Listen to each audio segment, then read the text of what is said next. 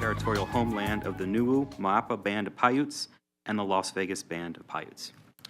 With that, I ask everyone to please stand and face the flag for the Pledge of Allegiance. I pledge allegiance to the flag of the United States of America and to the republic for which it stands, one nation, under God, indivisible, with liberty and justice for all. Thank you. Alrighty, before we get into the agenda, we have some new faces on the Audit Advisory Committee for this meeting. And I'd like to take an opportunity to both reiterate to those in the room and those who are watching the purpose of this committee, as well as do brief introductions of all the new members. So, as a brief recap of the purpose of this committee, this is a volunteer committee. Everyone you see here is volunteering their time in service to the community. We are all appointed by the Board of Trustees for 2-year terms, start in July and end in 2 years in the following June. We have a couple of mandates that are outlined in our document, which includes accountability and stewardship of public funds. We're a link between all of our audit partners, such as internal audit, external audit, and the Board of Trustees and the public. One of our goals is to enhance transparency of district financial operations and also increase public trust in honesty and integrity of public officials. And how do we achieve those goals? Well, first of all, each and every one of us are independent and objective members of the community who have no other relationship to the district. Our bylaws and the attached calendar also outline in specificity the purview of this committee, which includes financial reporting, internal controls and compliance, matters related to our independent external auditor, matters related to our internal audit department, as well as administrative-related matters related directly to internal controls.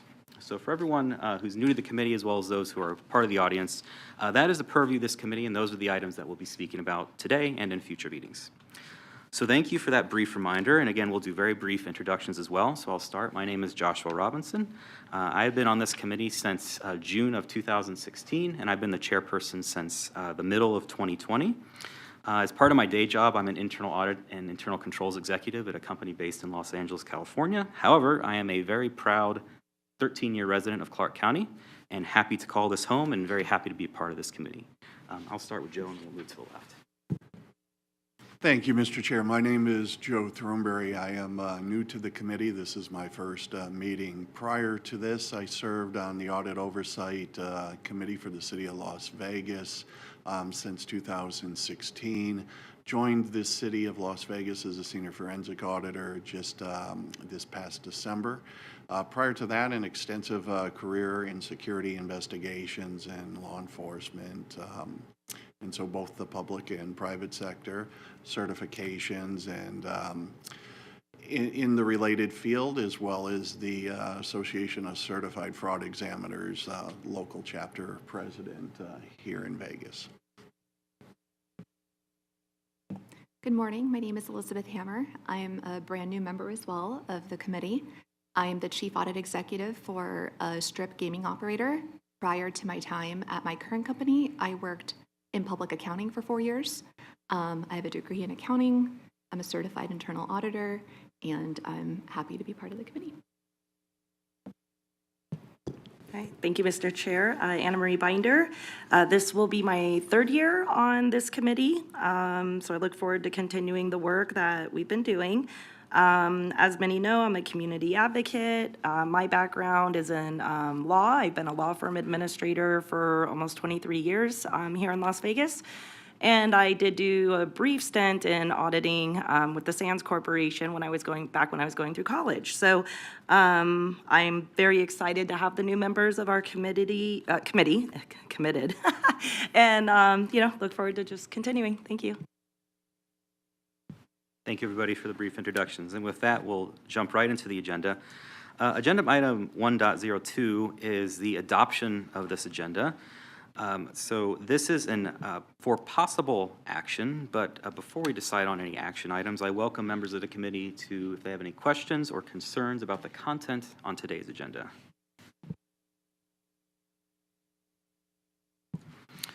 Okay, hearing none, would anyone like to move on this item? Anna Binder, for the record, I would like to move to approve the adoption of the agenda and also flexibility of the agenda.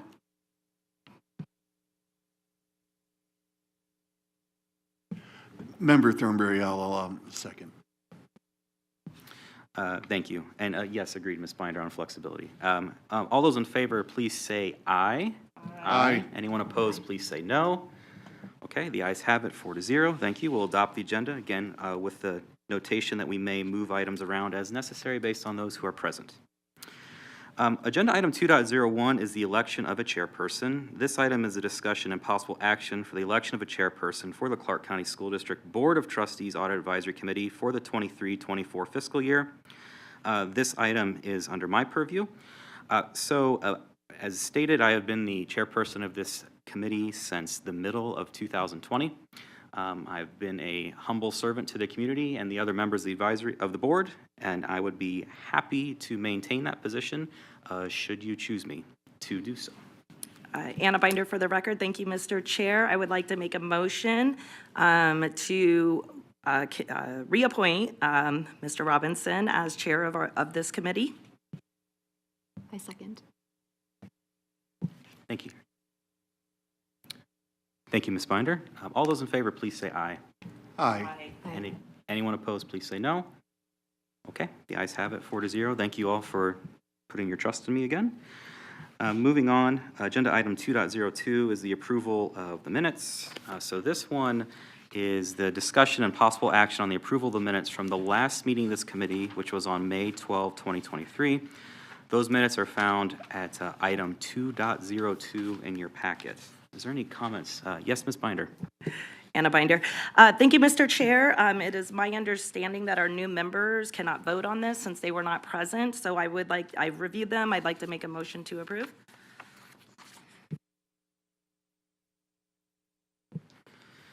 Thank you, Ms. Binder.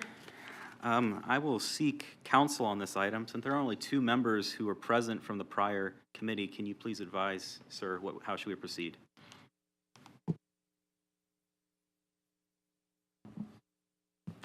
Since we do not have a quorum to be able to go over here and do that, then we have to be able to approve these pursuant to the Nevada open meeting law.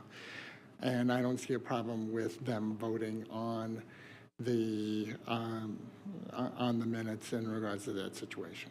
Okay? Thank you, Mr. Pushing. Okay, I will seek a second of Ms. Binder's motion then, please. Member Thornberry, I'll second. Thank you. All those in favor, please say aye.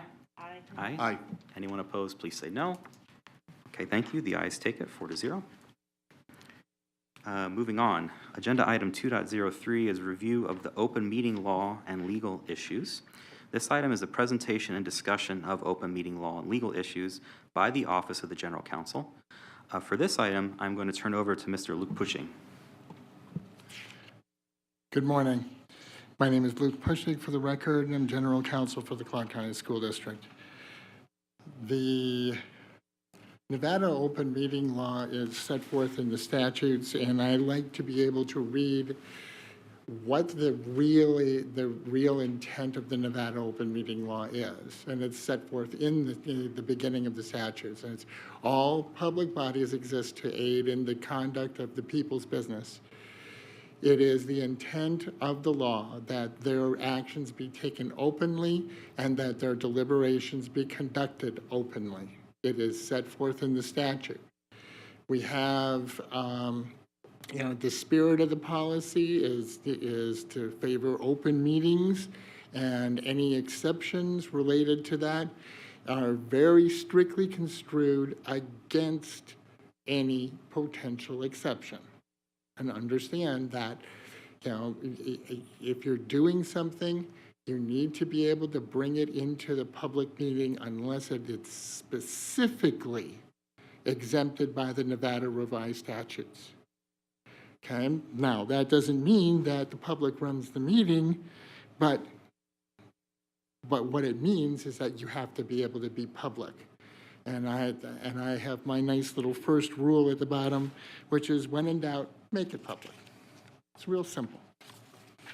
Okay. Go to the Nevada open meeting law, and there's a list of public bodies that it applies, and suffice it to be able to say that the Audit Advisory Committee definitely applies, and the Nevada open meeting law has to be used to be able to conduct your meetings. Okay, now, what I like to be able to do is I like to be able to tell people some of the bad things that could potentially happen, okay? And at the bottom of that sheet, okay, there is, you avoid serial meetings and do not respond to reply all when you start talking to each other. That means if you have 3 of you in a room and you start talking about what's on the agenda, you can't do that. Okay? 2, yes. But if you're talking about 2 and then going over here and talking to another 2 at the same time, that's called a serial meeting. Don't do that. Do it in public. It's real simple. Okay? Plus, reply all is a simple way to be able to get an open meeting law violation. Okay? Don't do it. Okay? Because you're supposed to bring your deliberations to the public. Okay. Now, I can go through item by item, non-meeting exceptions and things like this. Like, for example, talking to the attorney for the Clark County School District. That is an exception. Discussion union negotiations and things like that, that's an exception, but those are very narrow. Okay? And if there's any doubt about that, then you just bring it up to me and we'll talk about it. Okay? Okay. Notice of the meeting, i.e. The agenda is posted at least 3 working days. You need to provide the time, place, and location of the meeting and everything else. Okay, the key here is when you have good staff like we have, okay, it makes these type of things easy because they know the rules. And that's the key here for that. You don't really have to worry about that because, like I said, for the most part, you've got really good staff. Okay. Now, minimum posting requirements. Like I said, your staff. Agenda requirements, they're very good at going over here and making sure that the agenda is properly, noticed and then and posted and everything else that goes with that. Okay, clear and complete statement. Okay, now, if you take a look at your agenda, okay, there's usually a very clear and concise statement about, take for example, 2.04. Okay, a review and risk assessment of the fiscal year, and then there's this nice statement about the internal audit department that gives the public the notice about what we're talking about. Okay, it's very important to be able to have that. Okay, let's see.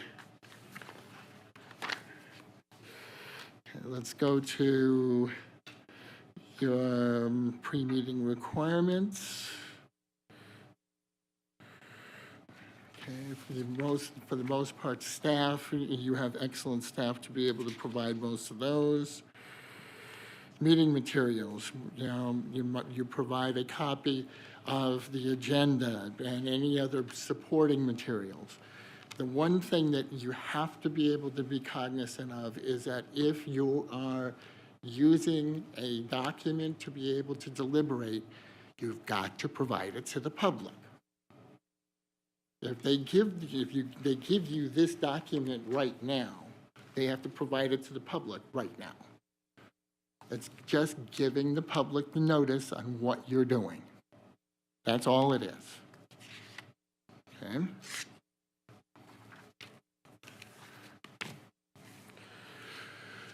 Okay, supporting materials. Second rule, when you provide a document to the public, committee members, you provide it to the public. Okay, just put it out there. Let's see. Okay, go to the next in public comment. We have a certain set public comment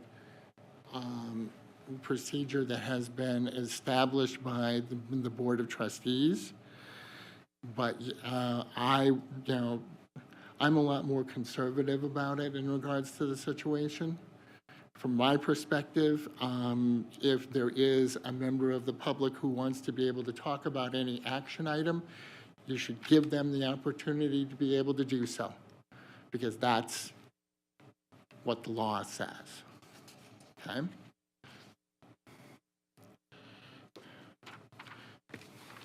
Let's see. Next one.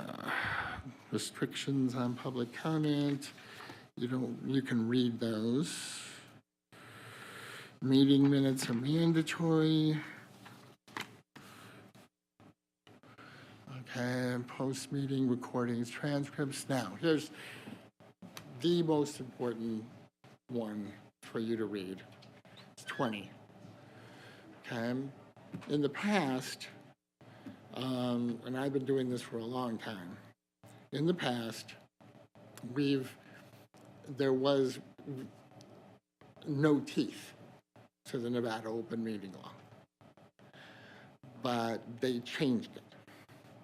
They made it so that if you violate the Nevada open meeting law, especially with intent, it's a misdemeanor and they can come after you. Okay? And also an administrative fine of up to $2,500. Okay? If you have a problem, talk to the person sitting here. Okay? Call me, I've got 9 lawyers that work for me. Okay? Talk to them.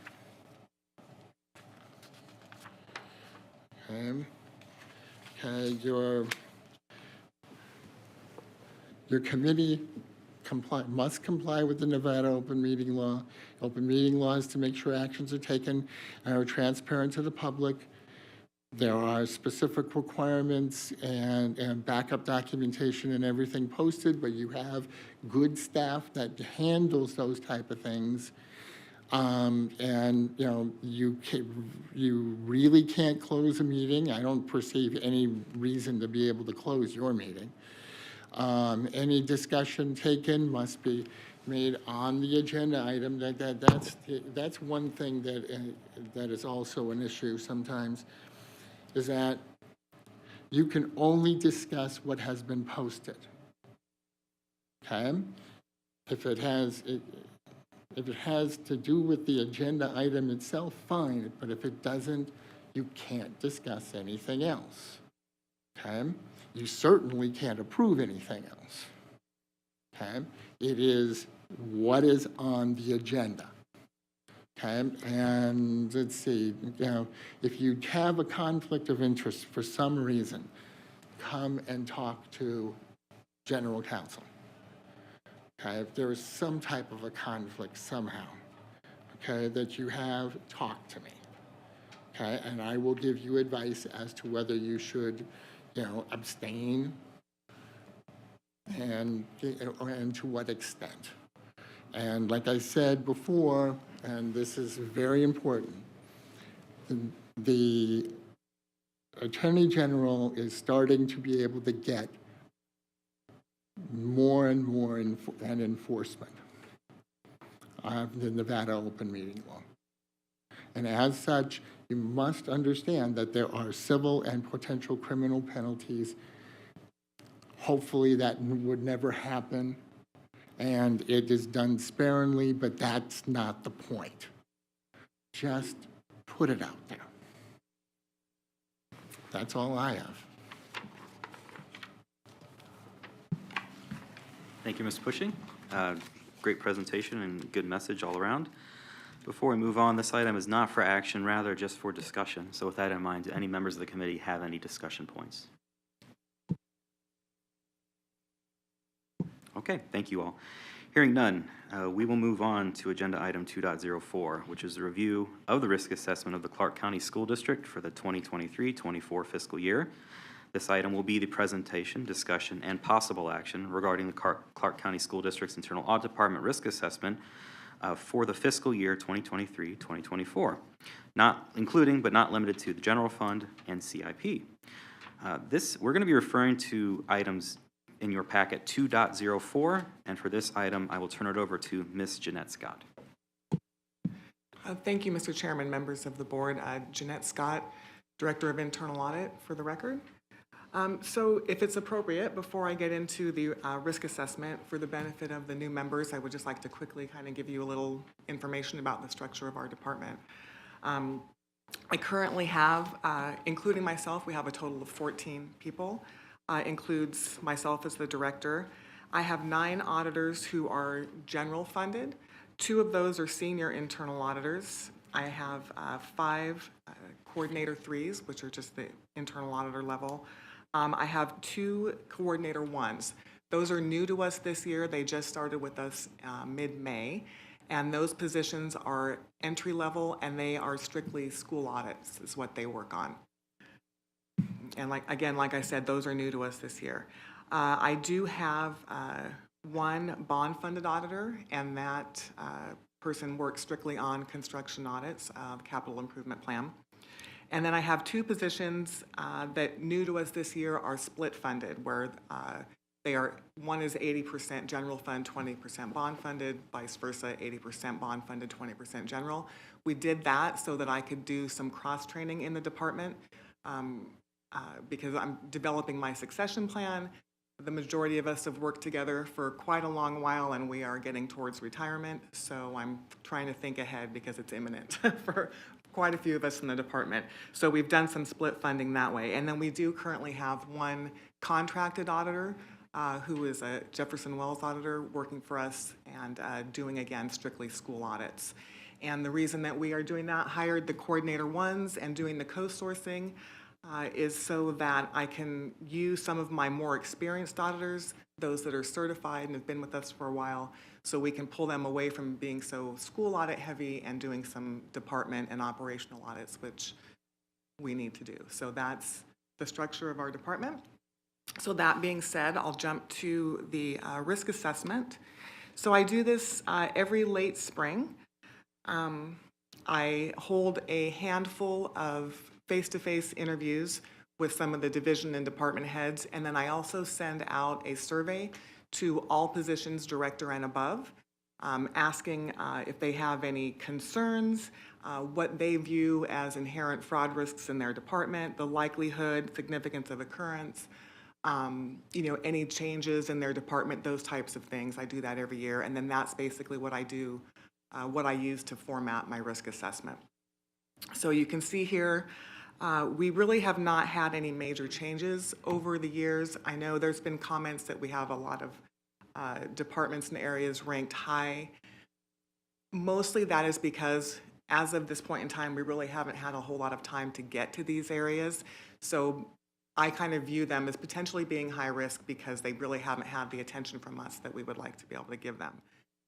Getting the new C1 positions and having the co-sourced auditor, I'm looking forward to that changing. We will be able to get to more department and operational audits. And when I get to the audit plan, you'll see how I've got that scheduled out for the coming fiscal year.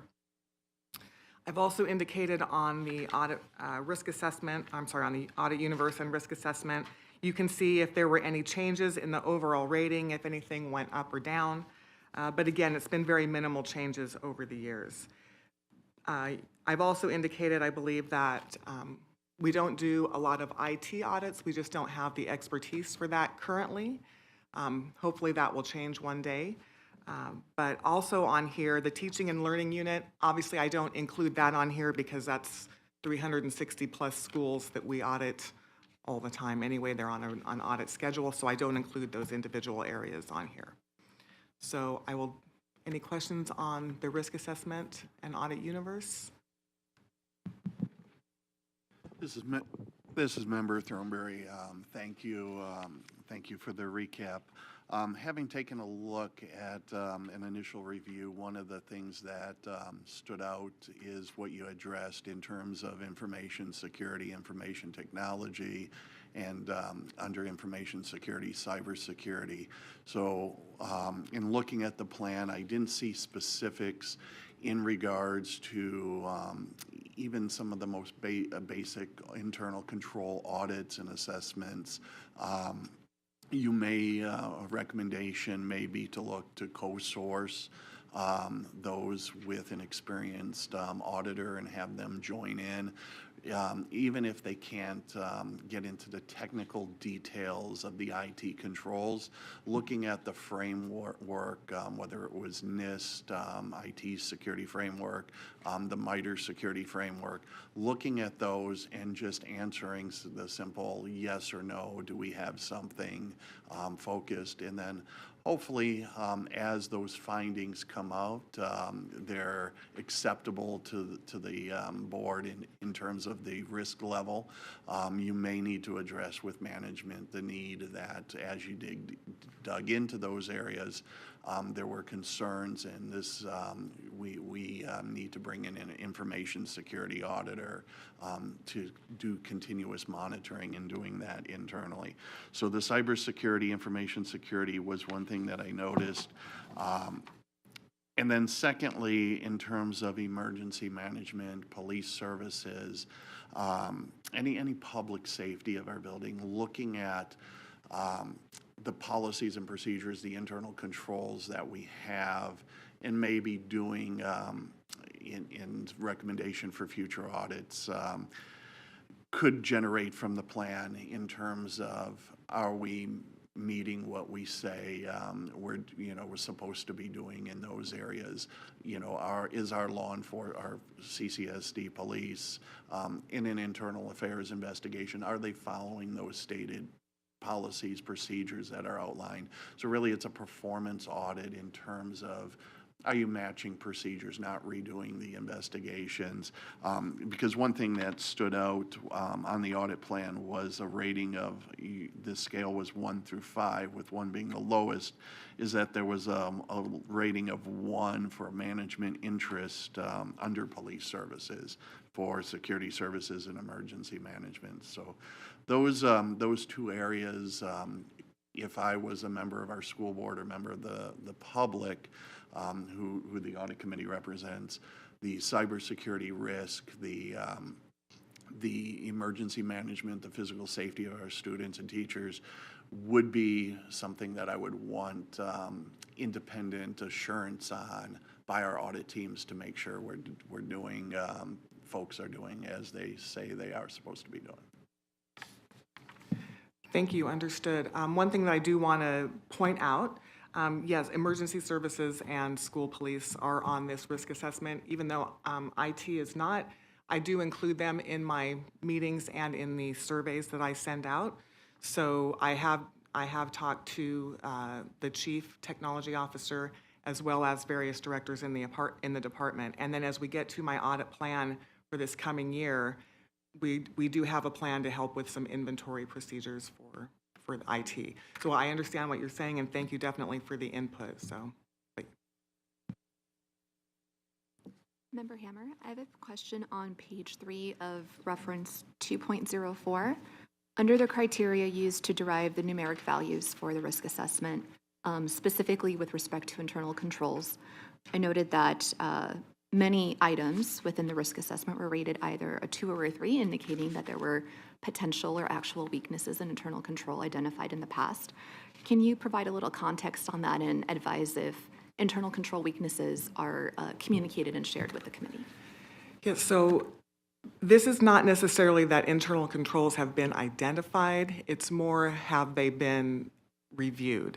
And part of the reason that there are 2 and a 3 is because, as I mentioned before, we have not had the opportunity to get to these areas, so they have not been reviewed by internal audit, and they're not necessarily areas that would be reviewed by an outside audit firm. So that's why those are ranked a little higher. Thank you. Thank you. Anna Binder.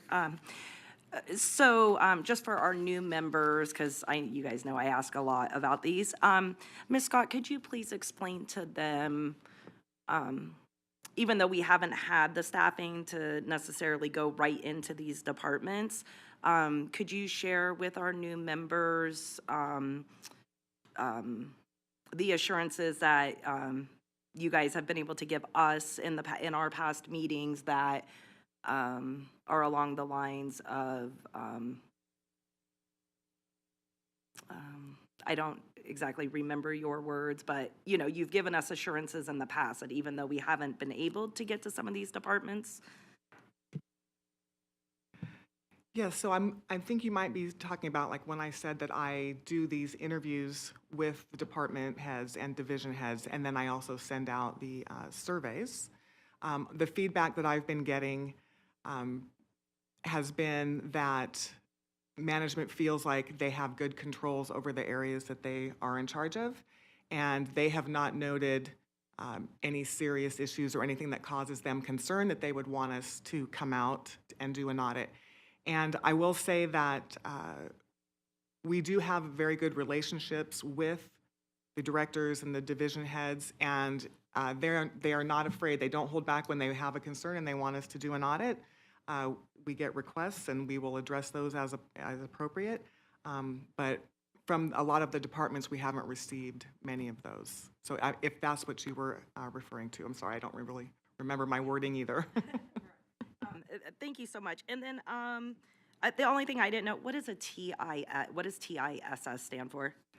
Technology and Information Systems Security. I think. Close enough. Member Thornberry, one additional question or possible consideration in the audit plan, given the limited resources, is cycling through the departments and touching each department, each area, on a, let's say, every 2 years, every department is visited, even if it's an initial audit where it's, I wouldn't say, for lack of a better term, a mini audit where you go in for an area that would, require assurance, and if they're meeting the requirements, there were no deviations found to policy procedure, just moving quickly past that. So instead of sometimes, I see audit reports that are 30, 50, 100 pages, full assessments of the department. My preference in that is, even if we see a 1 or 2 page recap, just a very high level of certain areas and their meeting requirements, everything, feels good and looks good based on the documentation, and then moving forward from that. Thank you, Mr. Thornberry. Again, Jeanette Scott for the record.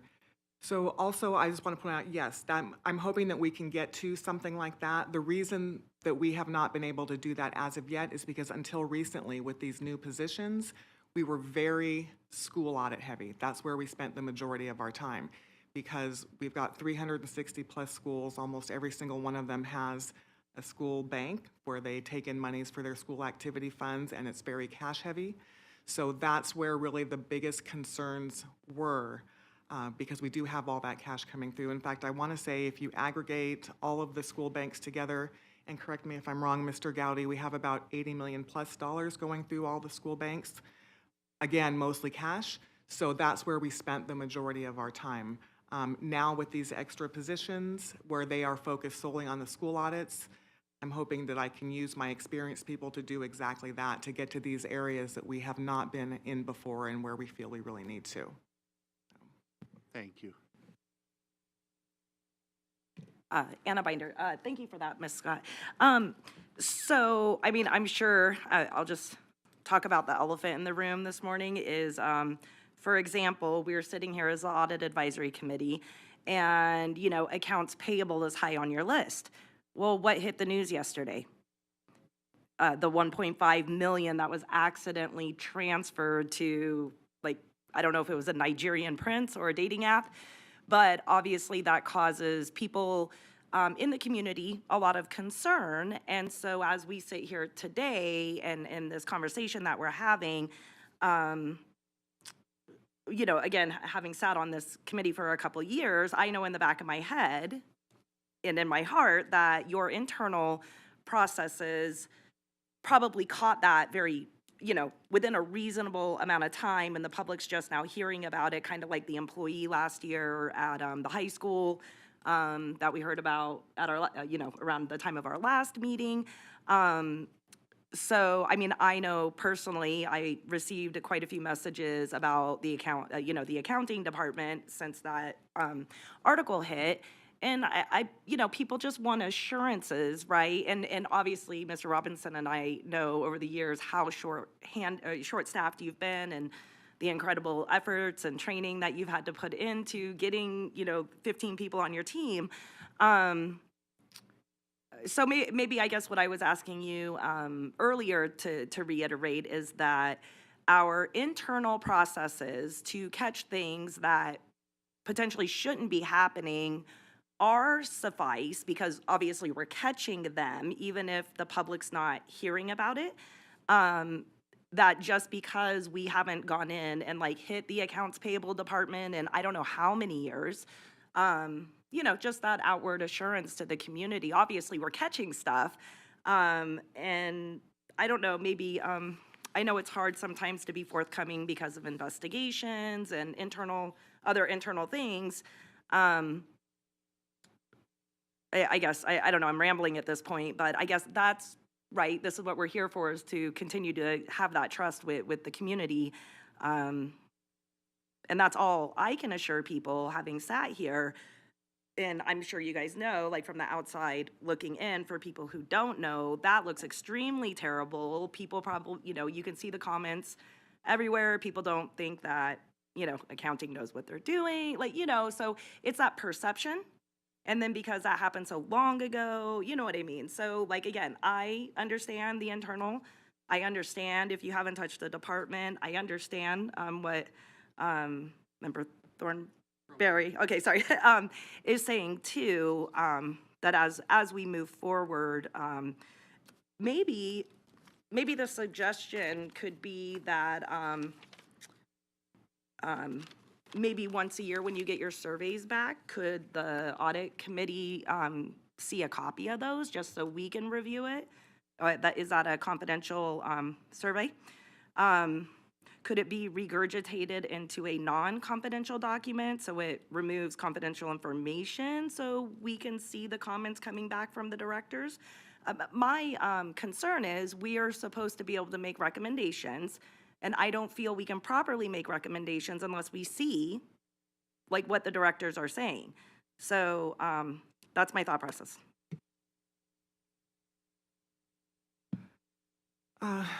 Members of the committee, Jeanette Scott for the record. I send out those surveys with the understanding that the information is confidential so that I do get candid responses back.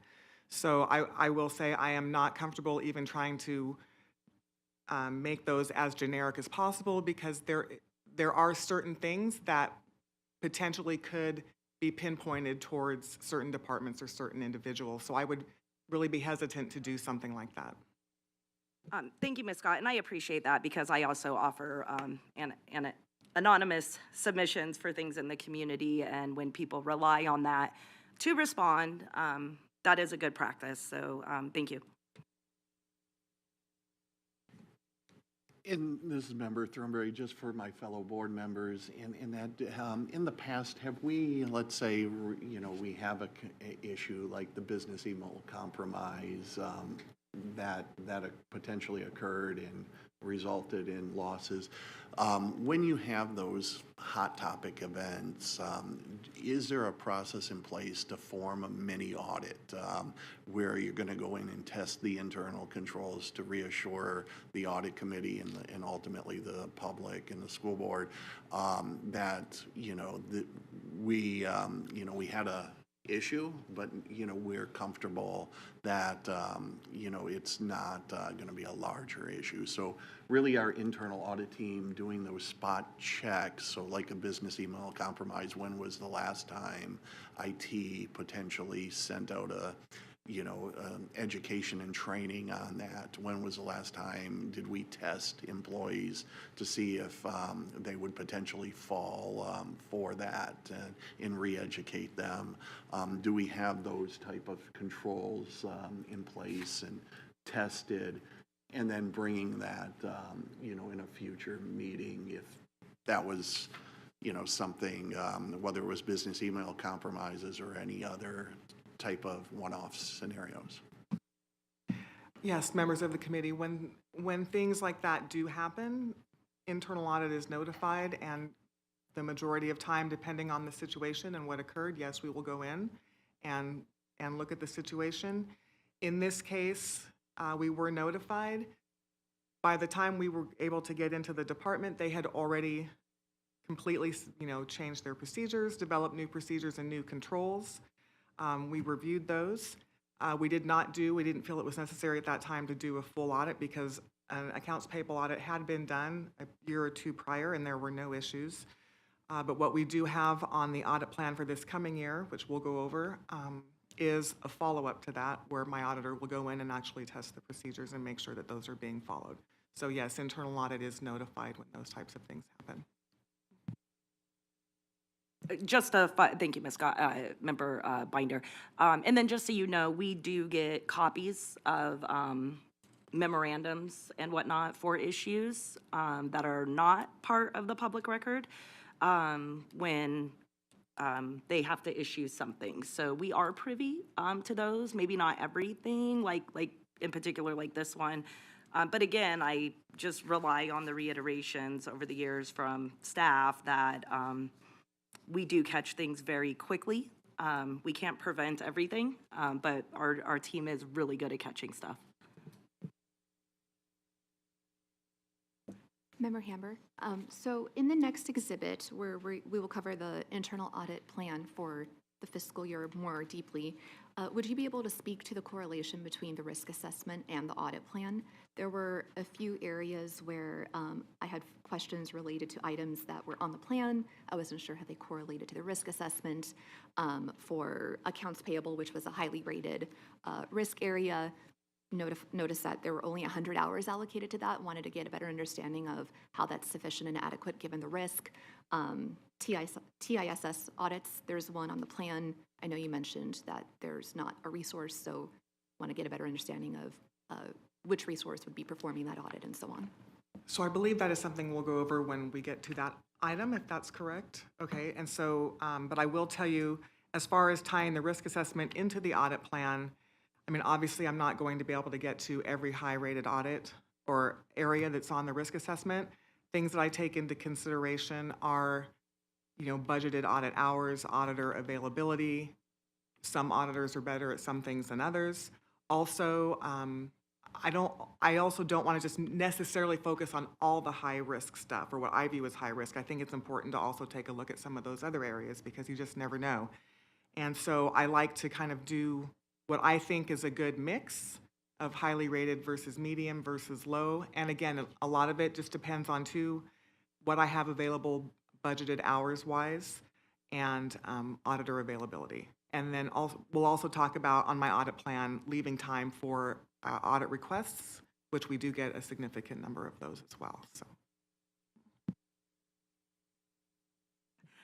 Thank you again, Ms. Scott, Anna Binder.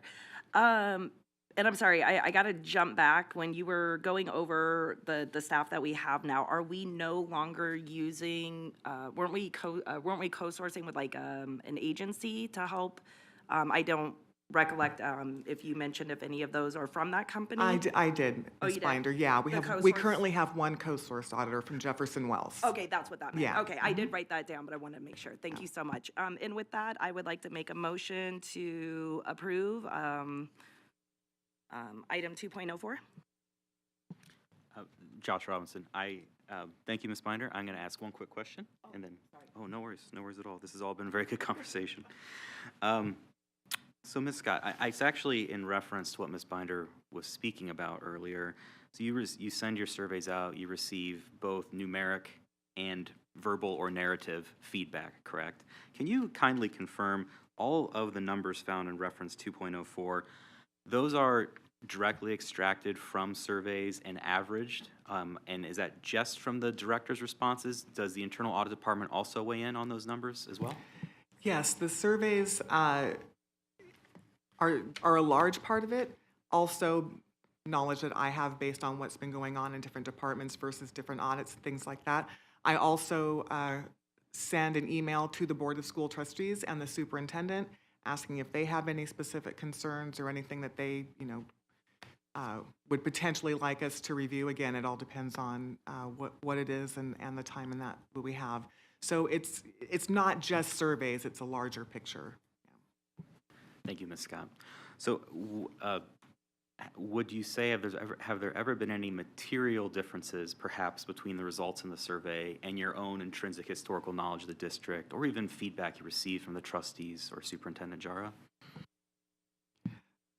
No, materially, no, there have not been. Thank you, Ms. Scott. I think in respect to your question, Ms. Binder, it sounds like although we might not have access to narrative, the narrative has been baked into these numbers in which we're privy. So I think that gives us additional assurance that the thoughts and respects of the leaders of this district, have been baked into this. So thank you. I have no further questions. I will pause. Are there any other questions from members of the board or the committee? Okay. And yes, as Ms. Binder reminded me, there is a motion on the floor. Do I hear a second to said motion? This is Member Thornberry. I'll second. I was wanting to see if you would entertain adding to your motion to incorporate the discussion here today is needed for any adjustments. Anna Binder. And I'll defer the answer to this to Mr. Robinson, our chair. Under our bylaws, we cannot request work. And so I personally love your recommendations. It's just our committee cannot direct staff to do anything. Although it's a recommendation you have put now out into the public. I believe Ms. Scott, and off the record, Ms. Scott, Mr. Robinson, we can help direct you to get those wonderful recommendations to the appropriate people. But as a committee, we cannot request any work from the internal audit department, if that provides clarification. It does provide clarification. I'll go ahead and second the motion to approve the audit plan as stated. Thank you, Mr. Thornberry. Hearing a motion and a second, all those in favor, please say aye. Aye. Aye. Anyone opposed, please say no. Okay, hearing none, the ayes will take it, 4-0. Thank you all. We will move on to agenda item 2.05, which is a review of the 2023-24 audit plan of the Clark County School District Internal Audit Department. This item will be the presentation, discussion, and possible action on the approval of the proposed audit plan of the Clark County School District Internal Audit Department for 2023-2024 fiscal year and the rolling audit plan. For this item, everyone on the committee, please refer to attachment 2.05. And again, I'll turn it over to Ms. Jeanette Scott. Mr. Chairman, members of the committee, Jeanette Scott for the record. So you should have in front of you our audit plan for fiscal '24. So the top, which I have listed under construction, is of course our bond-funded auditors that focus solely on the construction and the CIP audits. One change that we have made under special requests, I've also included consulting projects because we have been asked this year to help do a consulting project for some site-funded work. I will explain that a little bit further when I get to the actual audit plan. Our schools and our school banks and our charter schools, I think I mentioned earlier that we have been very school audit heavy. So that's why we do have quite a few hours allocated to the school bank audits. Keeping in mind that even though I am pulling some people to do more department audits this time, we do have now the hours for the two coordinator ones. So those hours are strictly up in the school bank hours, if that makes sense. And then charter schools, the district does sponsor 6 charter schools. And so annually we do kind of a high-level financial review of those. Then the department audits, in progress from last year, I have an operations audit of custodial supply order procedures, an athletics department review, and then contracts that are done at the school level. Those are carryovers that we actually started last year. Those were a little bit behind due to getting those coordinator ones because I had to have people train those people on school audits. And then, of course, over the summer is when people take a vacation time and that. So we've had to move those forward a little bit. New every year is our internal audit, internal assessment, which is required by the Institute of Internal Auditors. We do audit to those standards. So we do an internal assessment every year, as well as have an external quality assessment that's done every 5 years. The last one was in fiscal '22, and just for your reference, we did get the highest rating, which is generally conforms on that. Then coming up, we do have an accounts payable process review. The reason that it's only 100 hours is because it's mainly focused on those procedures that came about due to the wire transfer. As I said, we've done an accounts payable review in the past, and they really have good procedures in place. They're very tight, so I figured the 100 hours would be good for that kind of a follow-up. TISS or IT, this is going to be a joint audit where I'm going to have my 2 split-funded auditors working together because we know it'll cover both areas. But we are going to do a review of the inventory process for physical devices.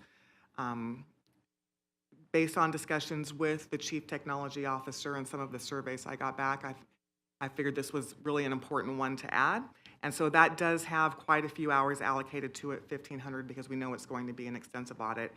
And I'm anticipating that starting late fall. And then health services, an operational audit of that area. I know we're post-COVID for the most part, and that is an area that even though it's not necessarily a high-risk area, they've had a lot of changes over the years. And so I thought that would be a good area to go into and take a look at some of the things that they've done. And then, of course, food services, we're going to do a review of the cafeteria processes. Food services is such a huge area, we could probably do 10 or 15 different audits in that area. So we're going to focus on the cafeteria process this time. Follow-ups, I've allocated 50 hours to that because we did not have a lot of audits issued, department audits issued last year. And then, of course, reviews and training are on there every year. And then special requests, I've allocated 1,000 hours to that. We do get a number of requested audits, mainly school bank audits.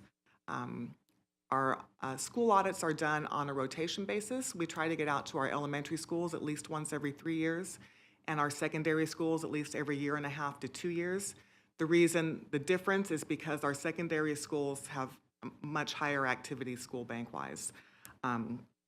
So That being said, and with the changes that we have in principals and APs and bankers, there's a lot of changes that happen in the district. We do get a few requests that we try to honor as best we can. When I get a request that is basically strictly because they've had a change in administration and a principal just wants us to come in and give them assurance that everything's okay, a lot of times I do have to deny those because we just don't have the resources to go in every time there's a change of principal. But I do let them know that they can call me anytime. I will discuss what their concerns are. 9 times out of 10, I can say, okay, you're good. You just want to make sure you're looking at these areas. Occasionally, there will be that one where I will say, yes, I'm going to move you up on the audit schedule, and then we'll get in there and do that. Okay. So that is my thought process for allocating those hours for the audit plan. And then I believe also is included in this is my rolling audit plan. And basically, I do this every year as pretty much just a placeholder for potential audits coming up. It's a very fluid document. It changes quite often, obviously based on what we've been able to get done, what I've had to push off for various reasons, and then also any changes on the risk assessment or anything like that. So I do like to show you my rolling audit plan and just kind of show you that I am giving it thought a few years out on potential audits coming up.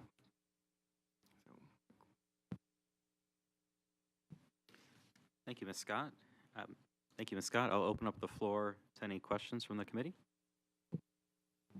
Member Hammer, can you please clarify on page 1, the other reviews, what that is and how it's separate from the special requests? So the reviews are basically when the audits are done. My senior internal auditors are doing the review of the audit work papers and the draft report. And so that's obviously quite a few hours because we are doing upwards of 100+ school bank audits a year, as well as the departments. And so it does take quite a bit of time to review those because we are very thorough. Okay. I have a Member Thornberry question in regards to the follow-up either from the board or Ms. Scott.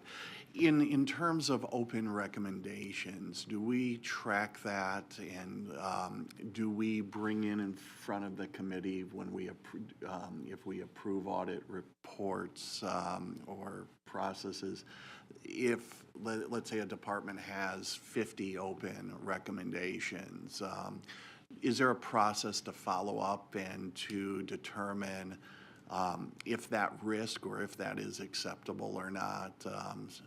What is our follow-up process in the visibility into open recommendations?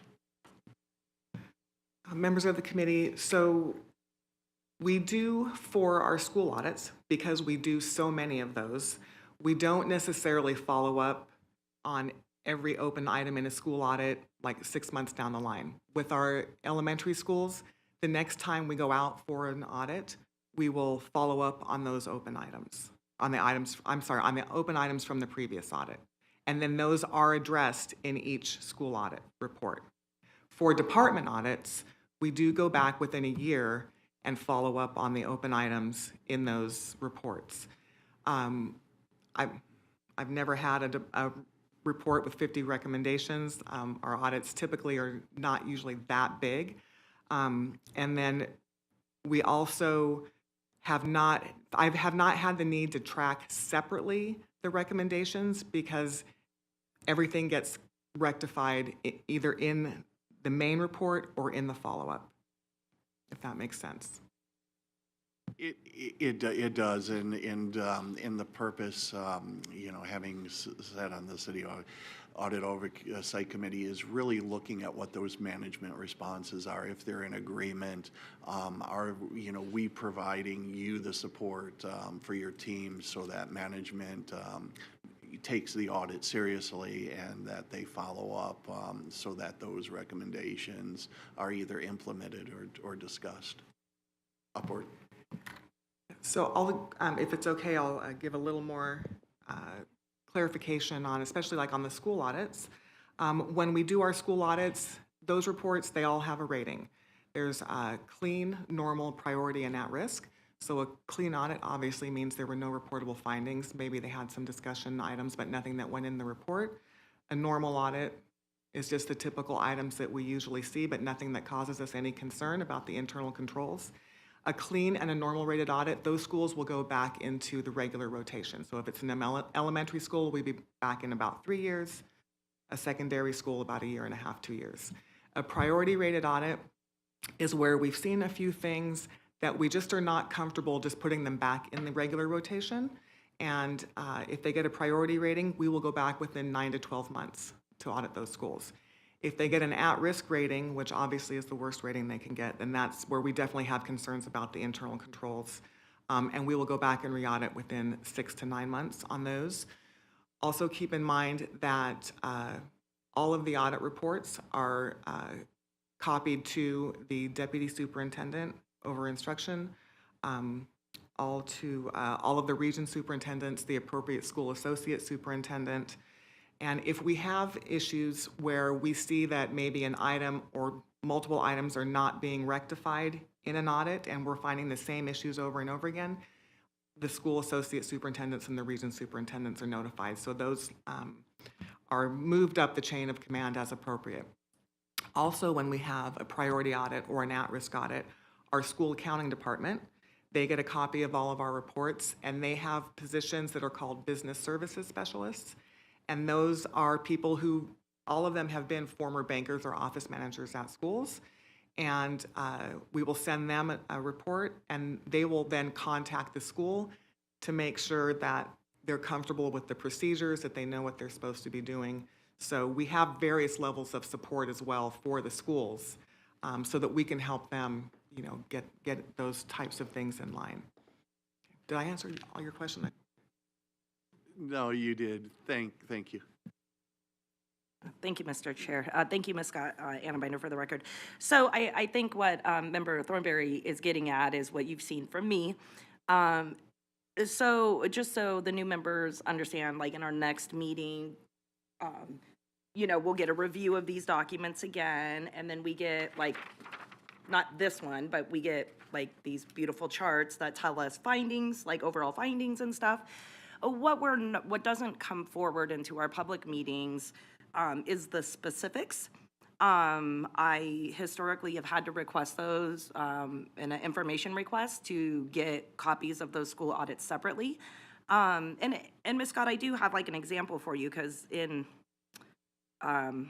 some of the documents I received in one of my schools that I sit on the SOT on, there was an audit finding that was, I thought, very troublesome for my school, and it never came forward to the SOT. So the only reason the SOT was ever made aware of what happened was because I brought the copy of the memo in and gave it to everybody. And it wasn't super huge, this district did its job, but I felt well, hey, the SOT definitely needed to hear about this. And I thought the parents in my school needed to hear about it too. It was just a misspending of school-generated funds. But again, when you're a parent in the community out there helping with fundraisers and helping things for the kids, and then you find this report that says they threw themselves a Christmas party with that money, how can we hold our schools accountable, even from an SOT side, not just this committee or a parent, when the public actually doesn't generally have access to it and the principals aren't forthcoming to the SOTs? So what I do is every time we get that presentation, I put in an information request for all the documents used to come up with those reports. And I know it's not fun, but I feel like the community does deserve to see those. And so I get them in, I go through them, and then I dismantle them out to parents at the schools in case they want to take an interest into it. Unfortunately, though, it can take sometimes upwards of 6 to 8 weeks to get those separate reports from the time it's presented to us. And then most of the time it's in the cycle. So it's kind of old news. You know what I mean? By the time you can get that actual report. But one thing people know about me is I'm very transparent to the community. So if I found something that I don't like, I'm surely, as long as it's open record, I'm going to share it with that part of the community. I do wish there was a way to get that information sooner. But at the same time, if we do a report and there's, say, 40 school audits on it, even though they were done like in a certain cycle, we don't want to trigger like the whole community to go, oh my gosh, they all had this one issue, which is actually like minor and, you know, whatnot. So I really just look for them for like these large, you know, the larger issues. But again, I also know on the back end that they've taken care of it. So with all the multiple levels that Ms. Scott just mentioned, but the school-generated fund ones, I guess, like really hit a nerve with me always because those are our kids out there, you know, raising money, right, in the community. So I do pay attention to those. But if that makes sense, I think of like what you were asking. Okay. And then I do have other questions, but I'll wait because I think other members have other questions. Member Hammers, for the audit reports, are there certain reports that us committee members always receive based on risk ranking, and can you clarify which ones those are? Yes, members of the committee. So I can send you any reports that you would like, but typically what has happened in the past is because we do issue, like I said, upwards of 100 school bank audits, the committee does not usually get those unless there is a significant fraud or internal control issue involved. You do get copies of all the department reports, the construction reports, and the appropriate follow-ups for that. So the only thing that I'm not sending you is the school bank audits, strictly because prior committees have indicated that they just don't want to receive that many reports. But I can send you anything that you like. I have no problem with that. The document that Ms. Binder was referring to is our quarterly stats. We do issue those to the committee quarterly, hence the name. So the first quarter stats will be coming out probably mid to late October. It does take us a little while to compile those, but as soon as those are done, you will get a copy of those. And the first quarter stats don't include this, but prior to or subsequent stats will include a summary of school audit findings. And typically, we don't have those in the first quarter stats because the first quarter containing the summer months, we just haven't issued that many reports. But the second quarter, third quarter, fourth quarter, we'll have a summary of all the school audit findings and that, so you will see that.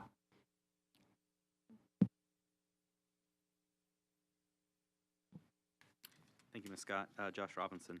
I have a slightly different question, and I'll turn it back over to you, Ms. Binder. You mentioned earlier that your department is in conformance with the IIA standards. So the Institute of Internal Auditors has recently released a new draft of their International Professional Practices Framework, or IPPF. I'm curious if you or your team has had time to evaluate those and how that might impact your department's conformance with said standards. Thank you, Mr. Robinson. Yes, we are aware of those. I have attended a couple webinars that discusses some of the changes. I also have one of my auditors currently going through them line by line. I was having him do those in conjunction with our regular internal assessment to see what we think potentially could, change for us.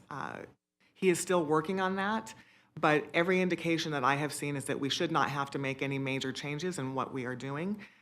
Maybe a little bit of more detail in some of the reporting as far as stats and things like that. But I think overall we're in good shape if they come through as issued right now. Thank you, Ms. Scott. Ms. Binder, any further questions? Thank you, Mr. Chair. Anna Binder. I just want a little clarification. You said for the contracts for the school level, you mentioned the word carryover. So I want to ask specifically, are we going to be auditing the SLAs or carry forward funds? Ms. Binder, when I mentioned carryover, I just was strictly talking about the audits carrying over from one year to the next. The contracts at the school levels, we're looking at basically things that come in that the schools sign that they are not letting legal and some of the other departments that really need to have that information. That's what we're looking at. The carryover I was talking about was strictly the audit timing. Thank you. I got a little excited.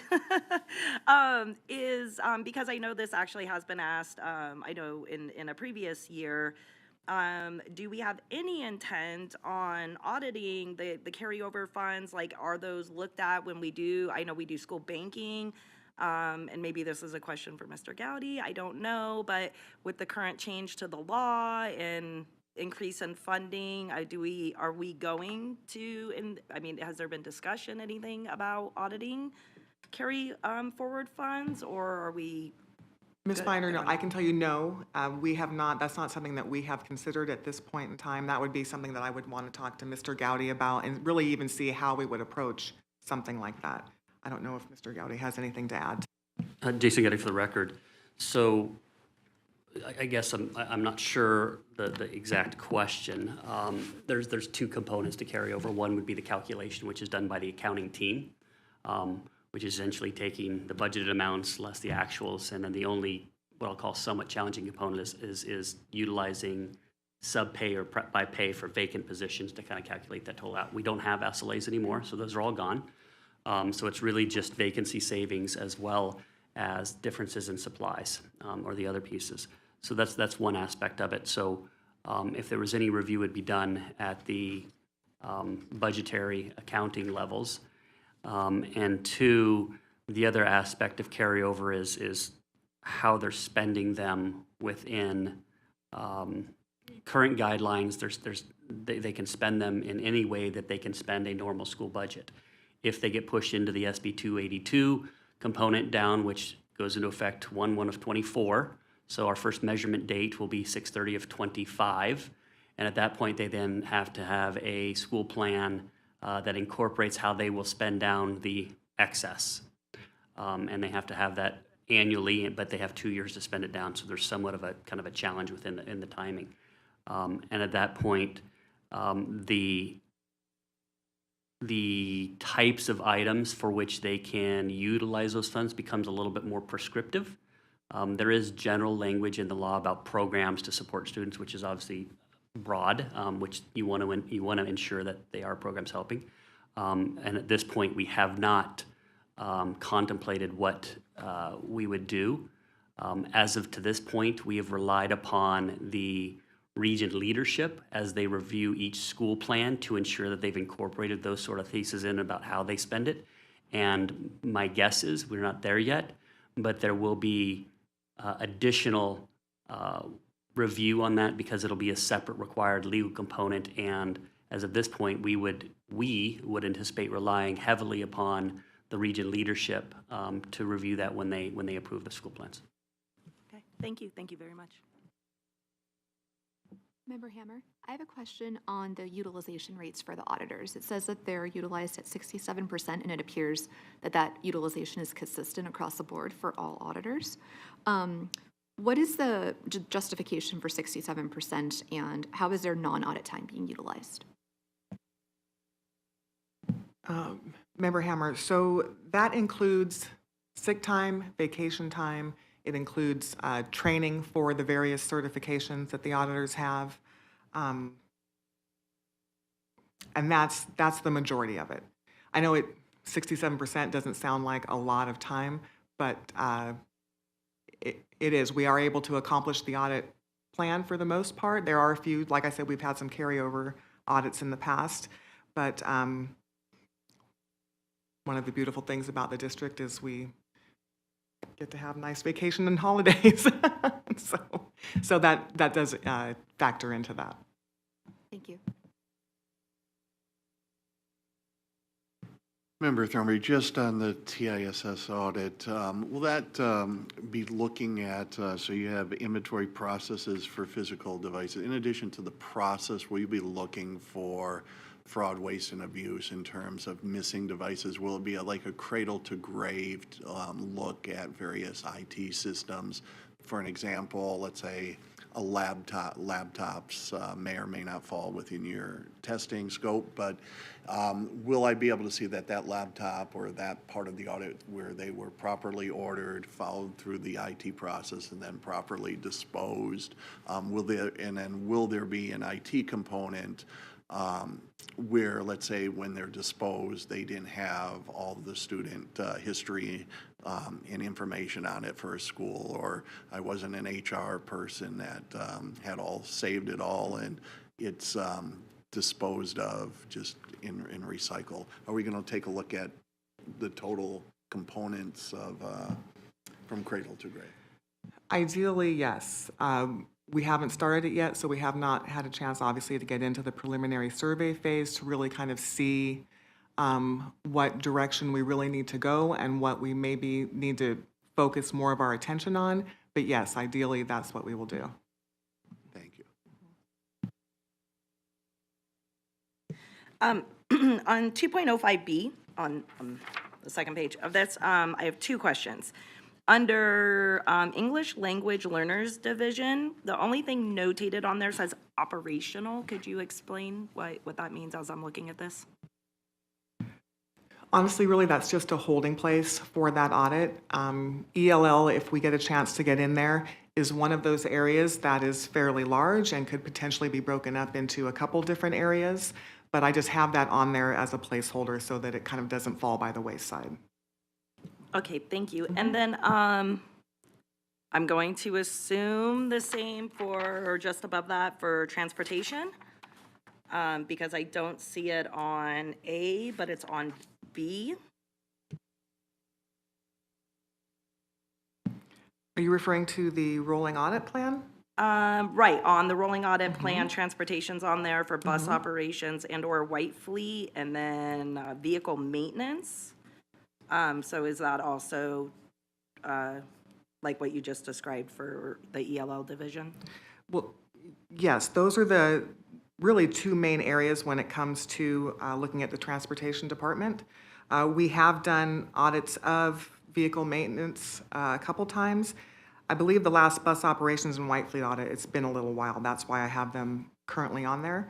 But transportation, yes, is obviously very big, but when it comes to breaking it down, those are really the two main areas. Doesn't mean there isn't something else that we could look at, but again, at least I feel like I have it on there so that it doesn't get lost. Okay, thank you. And then do you have any thoughts on like you're hoping to get to it like next fiscal year or 5-year plan? Like, I'd just like to know your thoughts on those two areas that you're holding placement for. Well, bus operations is currently on there under the 24-25 column. ELL, I'm not sure. ELL, I can say I don't think I have that on there for the near future. Honestly, I'm not sure. I can't. I apologize, I No, didn't that's see the okay. years at the top. Oh, so that's okay. Thank you. Yeah, no problem. Thank you, members of the committee. If there are no further questions, may I hear a motion on agenda item 2.05? Member Hammer, motion to approve. Member Thornberry, second. Thank you. All in favor of approving agenda item 2.05, please say aye. Aye. Anyone opposed, please say no. Okay, that item passes 4-0. Moving on, agenda item 2.06 is the update on the Clark County School District Internal Audit Department. This will be the presentation, discussion, and possible action on the work performed by and the status of the Clark County School District Internal Audit Department. This item is reference 2.06 in our packets, fellow members, and I'll turn it back over to Ms. Scott. Thank you, Mr. Chairman, members of the committee. Jeanette Scott for the record. So this basically shows you the work that we have completed and where we are as of last week, 9/18. So under the construction audits in progress, we have the Farron Elementary School Replacement School Construction Audit. That draft report has been issued and the response is due soon, so that as soon as we get the response, that will be finalized and that will go out. And then we also have a budget versus actual audit that is in the preliminary survey phase. The preliminary survey phase is almost complete. Field work should be beginning shortly, but that was delayed due to an auditor absence over the summer.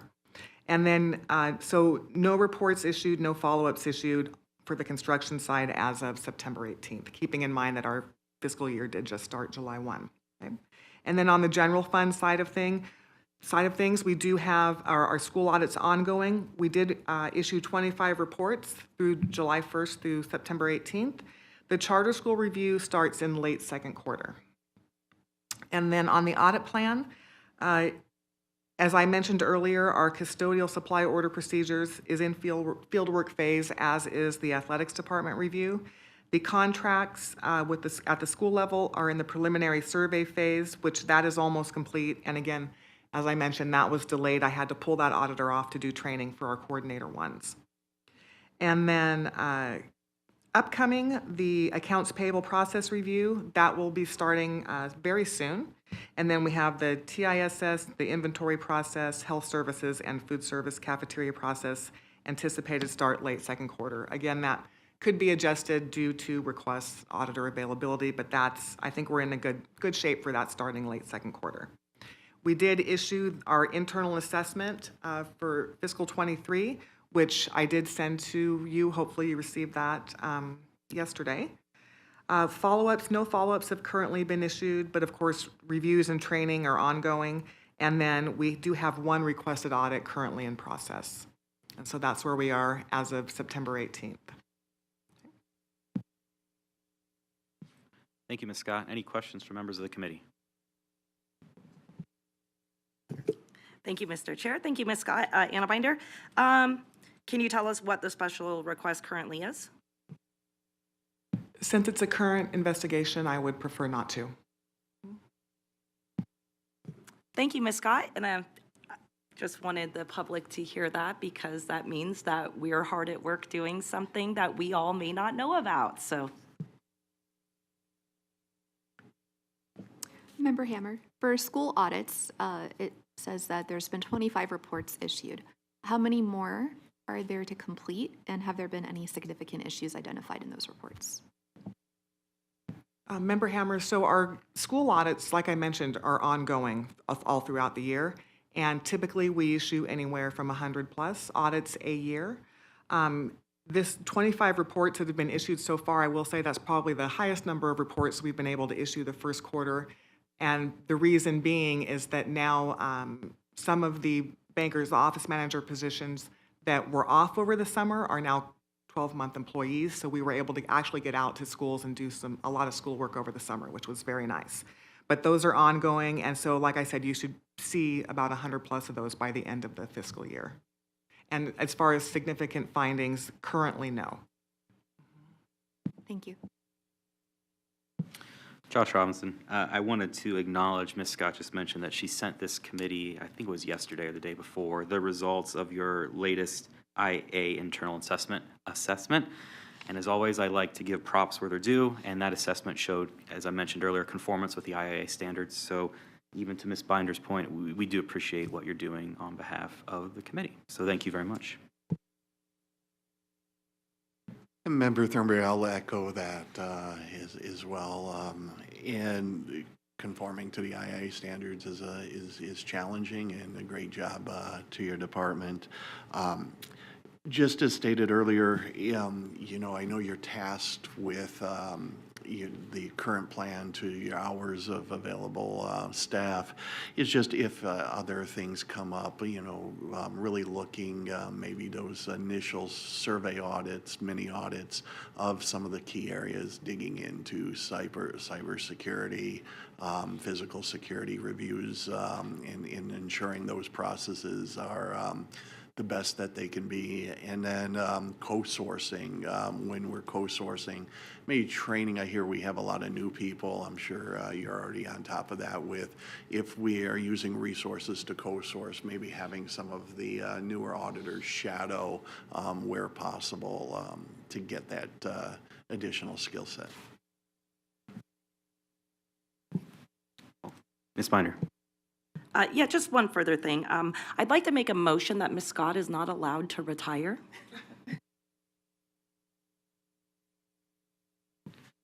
Thank you, Ms. Binder. Well, I echo your sentiment.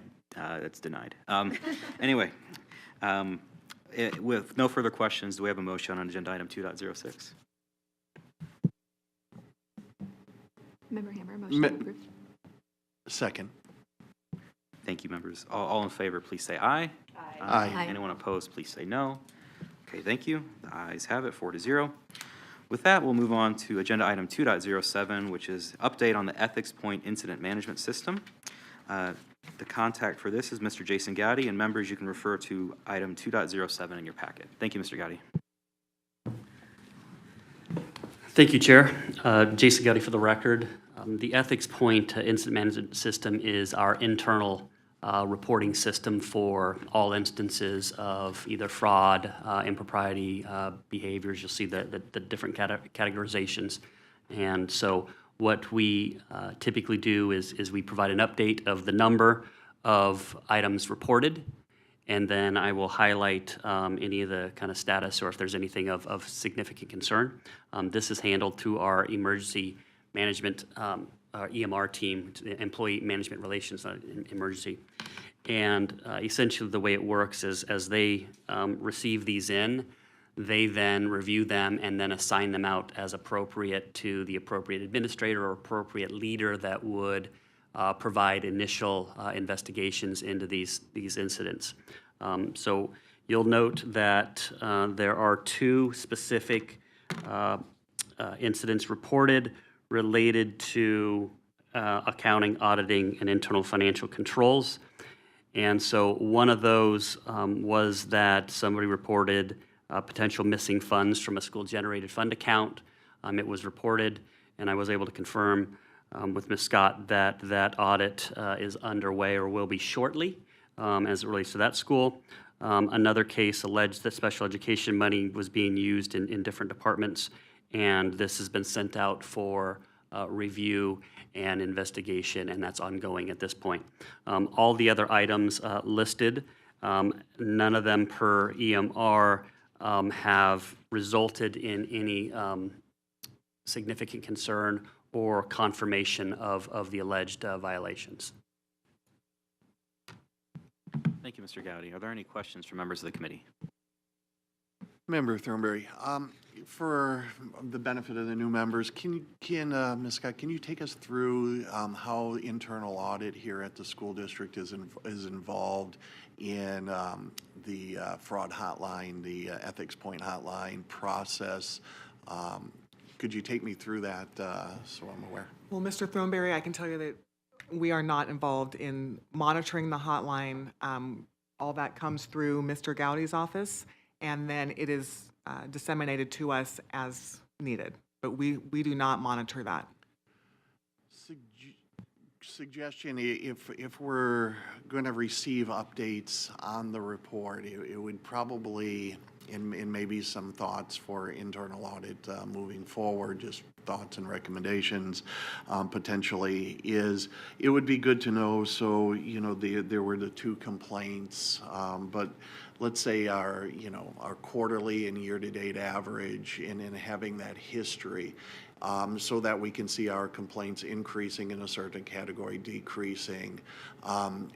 Do we have department breakdowns? Are there hot spots in a particular area, school? And then also taking a look at the disposition. Are we sustaining those investigations? Or on the other hand, are they unsubstantiated where there's not enough evidence? Are we looking to ensure that whatever department investigated it, whether it was HR or school police, have they followed their process? So when I think of an ethics point or a fraud hotline, the internal controls is really, do we have that process being reviewed by an independent assessor to say, we're not just, not to say anyone would do that, we had 10 complaints in one department and they were all closed out. Is that a good thing or is it a bad thing? How do we have, the confidence in the numbers reporting and that confident closeout? Obviously, we know if it results in a prosecution, then, we see that end result. But in things that are closed out, how do we make sure those independent, those folks that they were tasked out to investigated it thoroughly, coming back, are they closing out everything, is unable to substantiate that case? I'll interject briefly, Mr. Thornberry. This is Josh Robinson. I think it would be appropriate, and we were going to talk about the next meeting, if the EMR team were to come and help provide further context on their process and how, to answer your question, how items are investigated and dispositioned. Because and again, I don't want to put words in mouths. I'm not sure if that's within the scope of the fine folks in front of us here.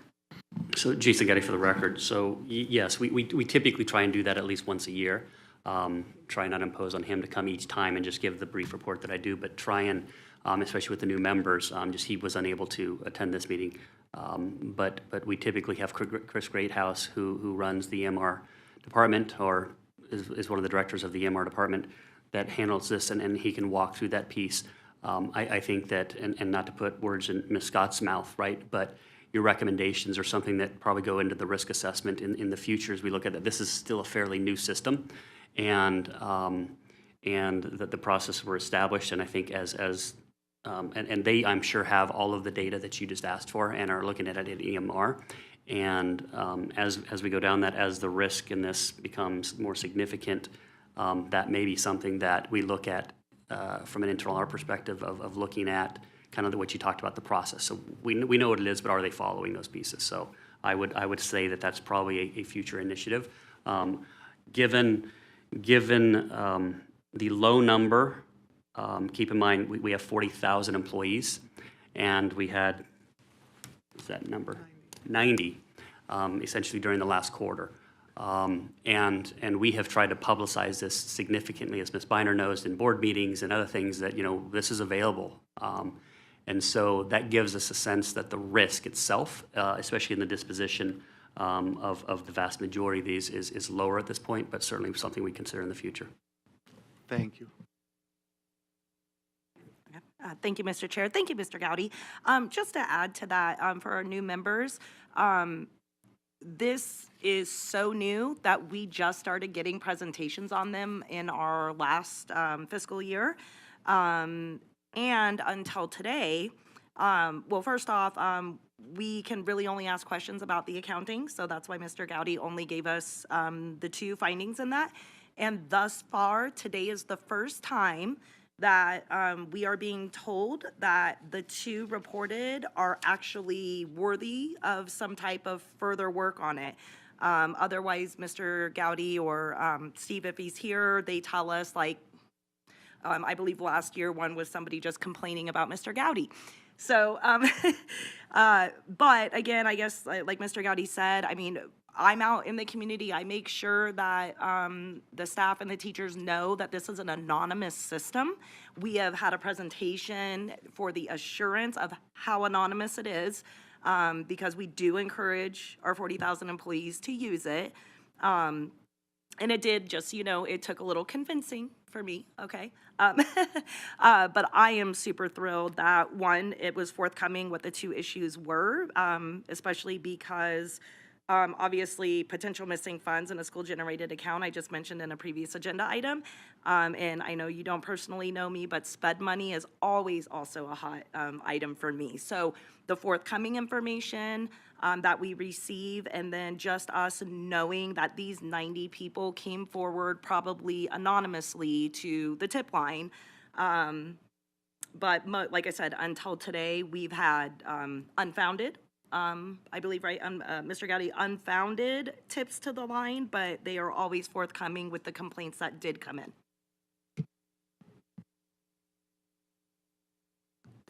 Mr. Chair, may I? Jason Gowdy for the record. I just wanted to, make sure I add some information to that. So these are coming probably because of the timing of when they were reported. Many of the other things that may have been reported, and I came back and said, we've already done an investigation, these may result in nothing, which is hopefully the case, right? But I think part of it is, timing of when we get this, how long it takes to do this. Obviously, anything with school banking, they're doing a lot of work already. And so there's that. And so hopefully when we report next time, there won't be anything because the timings allows us to perform the investigation. But on these ones, we don't know yet, so they're not substantiated. They're just under investigation. Thank you, Mr. Gowdy. And I would like to support Member Thornberry's request that maybe in our quarterlies we get a review of the previous report. So by the time we meet in March, right, you would hopefully maybe have a disposition on anything that did warrant looking in, because I know just in the few meetings we've had this, we haven't had anything that you've had to mention that we are investigating. But, just a follow-up in the future, like, oh, hey, these two things that came forward in September, now it's March, they were unfounded, or whatever it is, that I think that would be appreciated too. And Member Thornberry, and our goal, my goal is to see if there's anything we can do to add teeth to the program or to add additional assurance and oversight. Because as mentioned, those 90 folks that came forward just in this data, are putting the trust in the system, and we, not to say that it could occur, but, we want to make sure in each instance we have that thorough investigation. And if it's truly unfounded, it's unfounded. If it's substantiated, it's substantiated. But that process is something that's above reproach, and anything I or the committee can do to add value is our goal. Thank you. Any other comments on this agenda item, members? Okay. This agenda item did not require action, so I'm going to move on to agenda item 2.08, which also does not require action, and this is agenda planning for future meetings. So I would like to bring to this committee's attention that our next meeting will take place in November of 2023, and it's traditionally our combined meeting with the Board of Trustees, at which time we'll go over the last fiscal year's financial results. As a result of that combined meeting, we often don't have this type of robust conversation. However, I would like to open the floor to items we can look to accomplish at that meeting, or perhaps at the next meeting, which will take place in early 2024, including a review of the ethics point process with the EMR team. I think would be appropriate at that time. But I will pause. Do any other members have any thoughts or feedback on what we'd like to accomplish in those future meetings?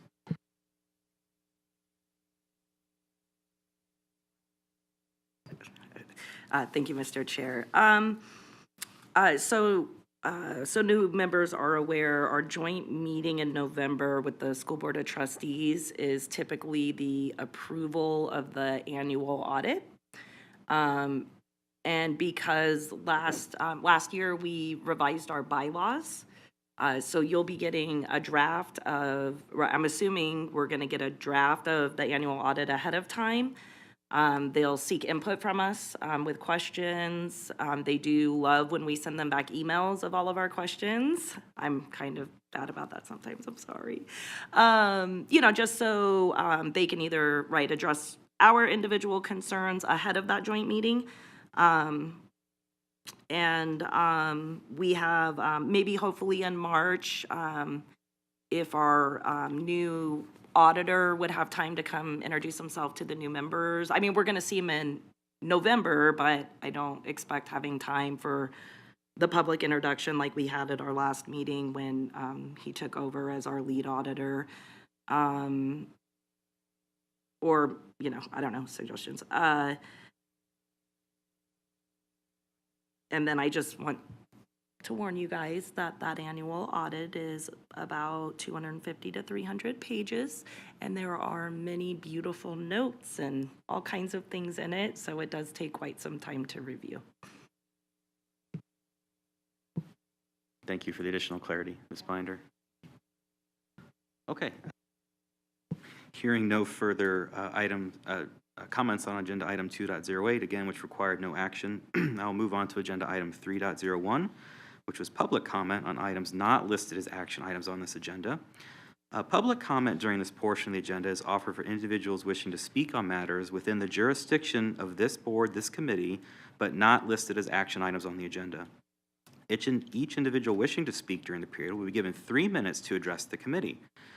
Public should be aware that the committee is unable to, by law, deliberate or take action on items that are not already listed on the agenda. In an effort to be fair and consistent, I ask all committee members to refrain from addressing those individuals who are making a public comment. And it does appear we have a public comment. Thank you so much. We have received one public comment. It is from a gentleman, Mr. David Gomez. Mr. Gomez, can you please approach? Thank you, Mr. Gomez. Hi, my name is David Gomez. I am Nevada Peace Alliance President and a whole bunch of other titles that I don't want to waste my time on. I just wanted to clarify something. I pay the bond. My businesses, 12 of my businesses pay the bond. I'm a bondholder. I'm a shareholder. My kids go to the school, I have 7. Not all of them go, but I'm still a shareholder. Because without my children, there is no money. So I have a lot of leadway in this. And then plus I have 22 years of experience with this. I'm not too happy that people messed with my audio last time, and I hope they don't do it this time, or I'll just continue to do things to let people know that I'm not gonna tolerate that. But, you know, some of these numbers on here for Mr. Gaudi's speaking, I don't see them accurate because we have 40,004 employees in the school district. And discrimination, harassment, retaliation, I see it all the time. I'm in investigative tories all the time. I sit in them all the time. And this percentage don't equate out to me. Now, I'm just kind of wondering here, is there something that they go through when EMR and everybody else looks at things and they say, hey, you know what? This is a proposed allegation, so we're just not going to count this one. Harassment is harassment, no matter what. And then the other part is, you know, there's no secrets and transparency. So there's no, I don't want to share, I don't feel like I want to share. Nevada Revised Statute 239 allows us to ask for anything we want to see, anything. So I'm pretty sure that if they don't want to share nothing with you, you can ask for it too. And you can, it's public information and you can share it as much as you want. But these audits, I don't see any effectiveness in some of the things like $1.45 million disappearing. Who's the Yahoo that approved that? And why are they still here if they are still here? Because there's no way that I'm going to allow somebody to take $1.45 million from me and still work for my father when we have 75 stores of Carpeteria that are still under franchising fees. And I'm not going to allow that. I'm going to say, I'm sorry, have a nice day, go find another job, because obviously that's a large sum of money that you just let disappear. And we had to spend money and get resources to find our money. And that's kind of weird. So I don't approve of that. You know, I know that Mr. Gaudi is not doing the same thing that our former CFO was doing. That's why he took off. And he took off very fast. He's got married and all these other things that were going on internally. And I remember all this stuff because I publicly announced it and said, everybody, this is what's going on. But there needs to be some real transparency, and I'm going to keep asking questions.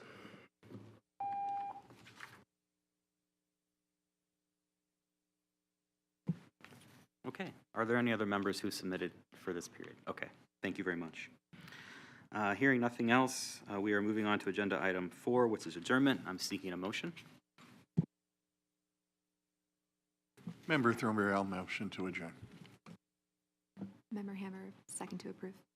Thank you. All in favor, please say aye. Aye. Aye. Anyone opposed?